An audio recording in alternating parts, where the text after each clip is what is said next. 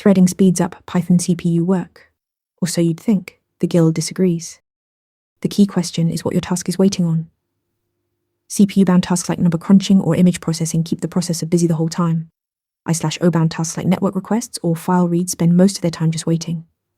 ThreadPoolExecutor excels at I/O-bound work. ProcessPoolExecutor is built for CPU-bound tasks. Here's why. Python's global interpreter lock, the GIL, allows only one thread to execute Python bytecode at a time. Even with multiple threads and multiple CPU cores, your CPU-bound code runs essentially single-threaded. Processes don't share this lock. ProcessPoolExecutor spawns separate Python processes, each with its own GIL, enabling true parallelism across cores.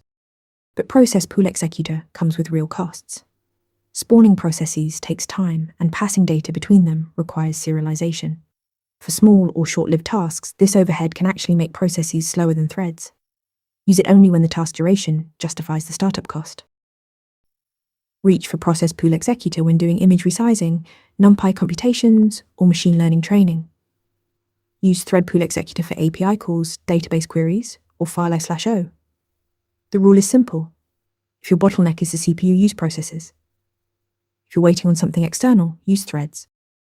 Choose ProcessPoolExecutor to escape the GIL for CPU-heavy tasks, and ThreadPoolExecutor for I/O. Drop your answer in the comments below. Want to nail questions like this in your next interview? Interview Mentor gives you hands-on practice with real questions. Every answer gets a grade with specific, personalized feedback.